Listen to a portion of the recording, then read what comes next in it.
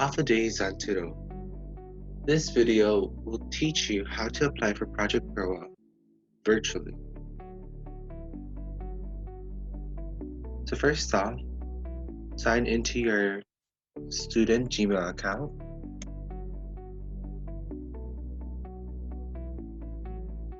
And you should compose an email that looks something like this.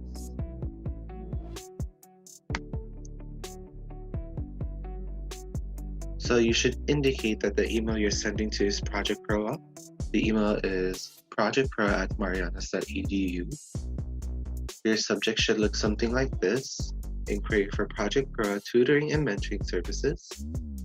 And your email should consist of the following: the subjects you want to be tutored in, and the times that you're available, and when you want those tutorings on. So an example here would be MA 161 from 3 to 4 p.m. on Mondays and Tuesdays. And then you can send that email. So after reaching out to us here at Project PROA, Ms. Melissa Castro will send you this email, which states, half a day, then your name. Thank you for reaching out to us. Please fill out an online application using this link. If you fill out the form already, we thank you. And in this sentence, it states your tutor, which is Dawn, or whoever your tutor will be, and that they will email you 15 minutes before your session. If you have any questions or concerns, please do not hesitate to contact us here at this email, projectproa@marianas.edu. Alright, so I'm going to be showing you guys how to apply for Project PROA online. So the first thing you're going to do is you're going to put in your last name, and then you're going to put in your first name, middle name, and whatever school you're currently attending. So you can apply for Project PROA as a high school student or a college student, and you're going to select whatever school you're going to. The next thing you're going to do is you're going to select your grade level at the school you're currently attending. You're going to put in your date of birth. You're going to select whatever gender you identify as, whether you're female, male, or other. If you choose other, please identify what gender you identify as. You're going to put in your mailing address. So this is your physical address, your PO box. You're going to put that in here. Then you're going to put in your home phone number if you have one. You're going to put in your cell phone number if you have one. And then you're going to put in your email address. Please use your NMC student email for this application. Then you're going to put in your NMC Power Campus ID. This is the 5-digit ID number that NMC gives you to help them identify who you are. Then you're going to put in your marital status. So your marital status is whether you're single, married, divorced, separated, or widowed. You select one of those.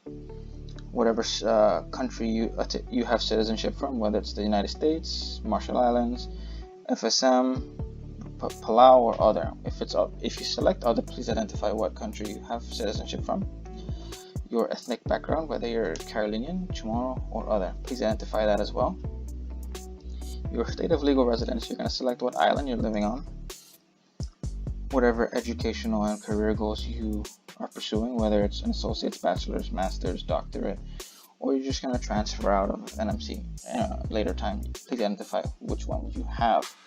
Your college major, please put in what is your current college major at present time.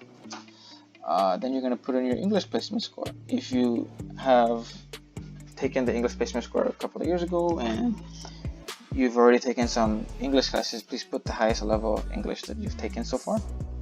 And the same goes for math.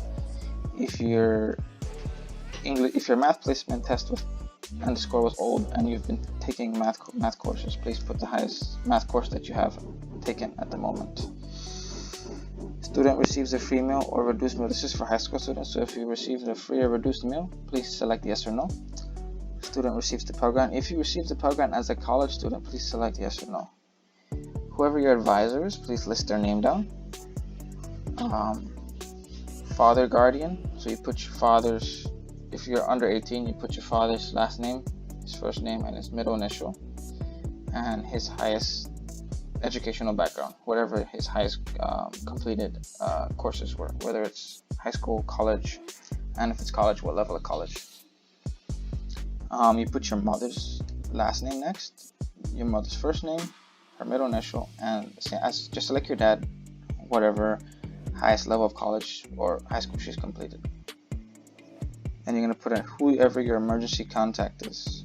So an emergency contact is someone we can get into contact with when we cannot, when something might happen to you or we can't get a hold of you. We would contact you, whoever you list down here. Then you're going to put the relationship to the student, which would be you. So whoever you put down, whatever the relationship is to you as a student, you put that down, whether it's your mother, sister, aunt, uncle, so forth. Emergency contact home phone number if they have one. Emergency contact work phone if they have one. Cell phone number and email. And then whatever services you'll be requiring from us at Project PROA, whether it be tutoring, mentoring, resources being like textbooks, calculators, laptops and stuff. But because of our current situation with the COVID-19 outbreak, we would only have our tutors carry the textbooks around because we don't want to be sharing. So if you need a textbook, it would be in the hands of one of our tutors, and when you do your web sessions for tutoring, they would be able to help you out with that.